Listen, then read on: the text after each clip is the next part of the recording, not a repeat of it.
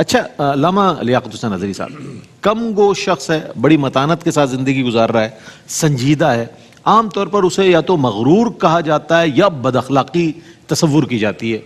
اس کے اس طرز زندگی کو، کیا فرمائیے گا، کیا یہ بات درست ہے؟ جی بسم اللہ الرحمن الرحیم، بہت شکریہ رئیس بھائی۔ اصل میں جو اللہ تبارک و تعالیٰ نے انسان کو ایک بہت بڑی نعمت عطا فرمائی، وہ زبان عطا فرمائی اور قوت گویائی اور سپیکنگ پاور عطا فرمائی، علمہ البیان کہہ کے رب تبارک و تعالیٰ نے اس نعمت کو ظاہر کیا۔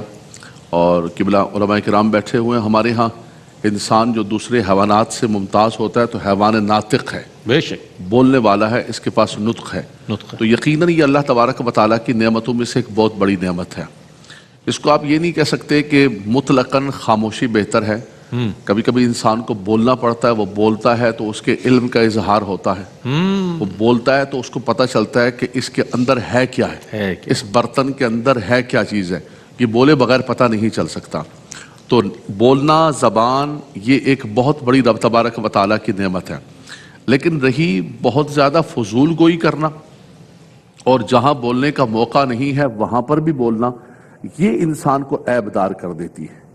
اور یہ انسان کے لیے نقصان دہ ہوتی ہے۔ اللہ کے نبی صلی اللہ علیہ وسلم نے ایک صحابی رسول نے عرض کیا، رسول اللہ مجھے نصیحت فرمائیے، تو حضور نے زبان کی طرف اشارہ کر کے فرمایا کہ اس پر کنٹرول رکھو، کہاں بولنا ہے، کتنا بولنا ہے۔ اچھا کچھ لوگوں کو لگتا ہے ایسا ہے کہ شاید وہ بہت زیادہ بول کے وہ کامیاب و کامران ہو جائے، ایسا ہی کہ یار میں زیادہ بولوں گا تو میں کامیاب و کامران ہو جاؤں گا لوگوں پر، اس ماحول کے اندر۔ ایسا نہیں ہے، آپ کم بولیں لیکن نپات اللہ اور ستھرا بولیں اور مضبوط بولیں دلائل کے ساتھ، تو وہ آپ کا تھوڑا بھی جو ہے سونا چاندی تھوڑا سا ہوتا ہے لیکن اس کی قیمت بہت بڑی ہوتی ہے۔ کیا کہنے، آج کا تو تولہ جو ہے 3 لاکھ سے بھی اوپر کا ہو گیا ہے، دیکھیں گے تو وہ تھوڑا سا ہوگا، اتنا سا لگے گا، لیکن یہ اصل چیز ہے۔ تو یہ ایک اتنا بڑا، دیکھیں دین اسلام نے ہمیں بولنے کے لیے زبان عطا فرمائی۔ آپ مطلق بھی یہ نہیں کہہ سکتے کہ بھئی خاموش ہو کے بیٹھے رہو، بولنا ہی نہیں ہے۔ بولیں گے تو پتہ چلے گا، بولیں گے تو نصیحت کریں گے، بالخصوص علماء بولیں گے تو ان کا علم جائے گا،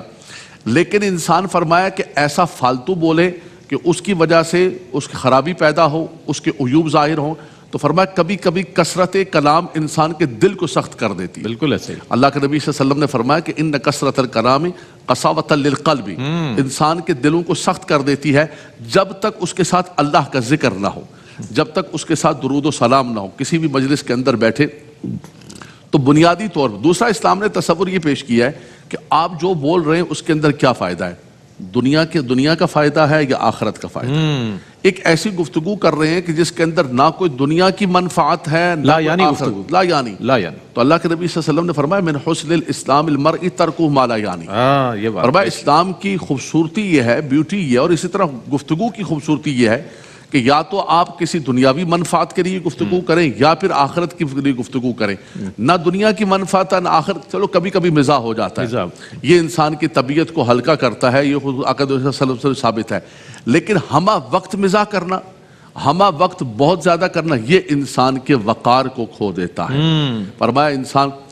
باقی رہی متانت، سنجیدگی، یہ بھی اللہ تبارک و تعالیٰ کی نعمت ہے۔ حضرت موسیٰ علیہ السلام کے لیے فرمایا وَكَانَ عِنْدَ اللَّهِ وَجِيهًا، یہ جو وجاہت ہوتی ہے، یہ جو روب ہوتا ہے، یہ بھی رب تبارک و تعالیٰ کا کرم ہوتا ہے۔ لیکن اس کے لیے انسان جو ہے، یہ جو آپ نے فرمایا کہ کبھی کبھی انسان متکبر لوگ سمجھتے ہیں اگر انسان کم بولے یا انسان سنجیدہ رہے، دیکھیں اس کا طریقہ کار ہے کہ مجلس کے اندر جہاں پر بولنا ہے وہاں پر بولیے آپ، جہاں پر سننا، اچھا سننا بھی ایک وصف ہے، سامع ہونا بھی ایک وصف ہے، لیکن کچھ لوگ ایسے ہوتے ہیں کہ وہ چاہتے ہیں کہ میں سامع بنوں نہ، میں متکلم بھی ہوں۔ فقیر کی ذات بابرکات جب تک بیٹھی رہے تو فقیر کلام ہی کرے، سننے کا وصف ہونا نہیں چاہیے۔ تو سماعت بھی ایک انسان کرے اور بولے بھی انسان، لیکن اس کی طبیعت کے اندر سنجیدگی ہونی چاہیے، اس کی طبیعت کے اندر وقار ہونا چاہیے۔ انسان کی اکثر طور پر رئیس بھائی جو گناہ صادر ہوتے ہیں وہ یا تو ہاتھوں سے ہوتے ہیں یا زبان سے ہوتے ہیں، اور اس پر تو کئی احادیث صحیحہ ہیں۔ اچھا اس پر ہم آپ سے تفصیل جاننا چاہیں گے علامہ صاحب، بہت اہم بات ہے یہ۔ ہم یہ سمجھتے ہیں کہ گناہ جو ہے وہ شیطان میں ورغلاتا ہے، لیکن انسان خود بھی تو، اس کے جوارح بھی تو ظاہر اس کے اندر شامل ہوتے ہیں، اور وہ کون کون سی چیزیں علامہ صاحب بیان فرمائیں گے۔ ایک مختصر سا وقفہ، وقفے کے بعد لوٹتے ہیں، ہمارے ساتھ رہیے گا۔ جی ناظرین، آپ کا خیر مقدم ہے۔ آج علم و علماء میں بہت عمدہ موضوع خوش اخلاقی ہے، اور اس پر بہت اچھے انداز میں قبلہ مفتی محمد اکمل مدنی صاحب نے اس موضوع کو بہت اچھی طریقے سے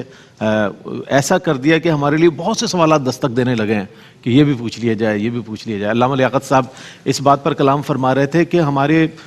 زبان جو ہے نا، اس سے بھی بہت سارے گناہ سرزد ہوتے ہیں، اور بہت زیادہ جو لوگ بولنے والے لوگ ہیں ان کے حوالے سے بھی آپ نے فرمایا۔ تو میں یہ 2 شعر پیش کر دوں۔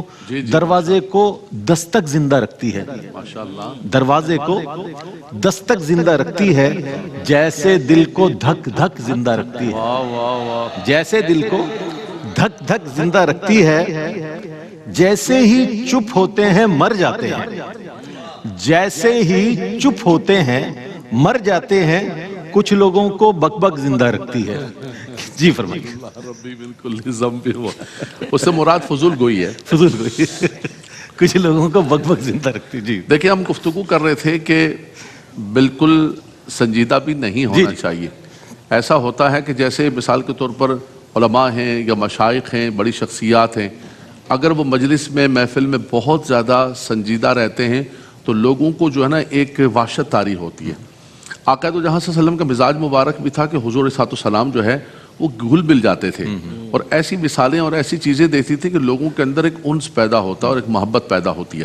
اسی طرح اگر کوئی بندہ تھوڑا سنجیدہ بھی ہے تو آپ کسی کے بارے میں بدگمانی نہ کریں۔ شاید اس کی طبیعت خراب ہو، شاید اس کا مزاج ایسی صورتحال ہو، کسی ٹینشن کے اندر ہو، تو بالکل کسی کی سنجیدگی کو دیکھ کر آپ یہ بھی نہ کہیں کہ یار بڑا مغرور آدمی ہے، یار تو بالکل انکل سریا ہے، بالکل بات ہی نہیں کر رہا صحیح سے، بالکل ایسے بھی نہیں کرنا چاہیے۔ دوسری آخری 2 جملے کہوں گا کہ اللہ کے نبی صلی اللہ علیہ وسلم نے فرمایا املک علیک لسانک، فرمایا اپنی زبان پر کنٹرول رکھو، فرمایا اکثر جو گناہوں کا صدور ہوتا ہے وہ زبان سے ہوتا ہے، فرمایا یہی زبان کا ایک جملہ ہے جو انسان کو اٹھا کر رب تبارک و تعالیٰ کا مقرب بنا دیتا ہے، اور یہی زبان کا ایک جملہ ہے جو انسان کو جہنم کی گہرائی کے اندر گرا دیتا ہے۔ اور خاص طور پر یہ نوجوان بچے بیٹھے ہوئے ہیں، بچوں کے اندر بیٹھے ہوتے ہیں تو ایسی باتیں کرتے ہیں۔ بچپن ہمارا یہ گرین ٹاؤن کے اندر گزرا، آپ کے شاہ فیصل کے برابر میں، تو ہم لوگ رات کو بیٹھے ہوتے تھے تو اس میں وہ جو آپ کہہ رہے ہیں نا بک بک کرتا ہے، وہ ایک راجہ ہوتا ہے، ہاں وہ شمع محفل ہوتا ہے، وہ شمع محفل اتنا بولتا ہے کہ آخر مجبور ایک بچہ کہتا ہے کہ ابے لپیٹ، ابے لپیٹ بے لپیٹ، اس کی اتنی لمبی لمبی ہوتی ہے جس کی کوئی انتہا نہیں۔ اچھا اس وقت تو بچپن ہوتا تھا، ہم بھی چلنگ کر رہے ہوتے تھے کہ یار یہ راجہ ہے، یہ چل رہا ہے، بعد میں پتہ چلتا ہے کہ یہ سارے کے سارے کہانیاں جھوٹ ہوتی ہیں۔ اللہ کے نبی صلی اللہ علیہ وسلم نے فرمایا کہ جھوٹ کے اندر بھی، مذاق کے اندر بھی کبھی بھی جھوٹ نہیں بولنا، مذاق کے اندر بھی، مزاح کے اندر بھی۔ اللہ کے نبی صلی اللہ علیہ وسلم کے جتنے مزاح ہیں اس میں کبھی بھی کوئی غیر حقیقی بات نہیں ہے، حقیقت ہوتی ہے۔ تو فرمایا اگر کوئی انسان لوگوں کو ہنسانے کے لیے جھوٹ بولتا ہے، شمع محفل بنتا ہے، فرمایا وہ جہنم کی گہرائی کے اندر گرتا ہے۔ تو اسی لیے اللہ کے نبی صلی اللہ علیہ وسلم نے فرمایا کہ اپنی زبان اور اپنے ہاتھ، المسلم من سلم المسلمون من لسانہ و یدہ، فرمایا جس نے زبان کو حفاظت کر لی، اپنے زبان کو بچا لیا، فرمایا کہ میں اس کو گواہی دیتا ہوں کہ شرمگاہ اور زبان کی وہ حفاظت کر لے، میں گواہی اور ضمانت دیتا ہوں کہ وہ جنت کے اندر انشاءاللہ داخل ہو۔ سبحان اللہ۔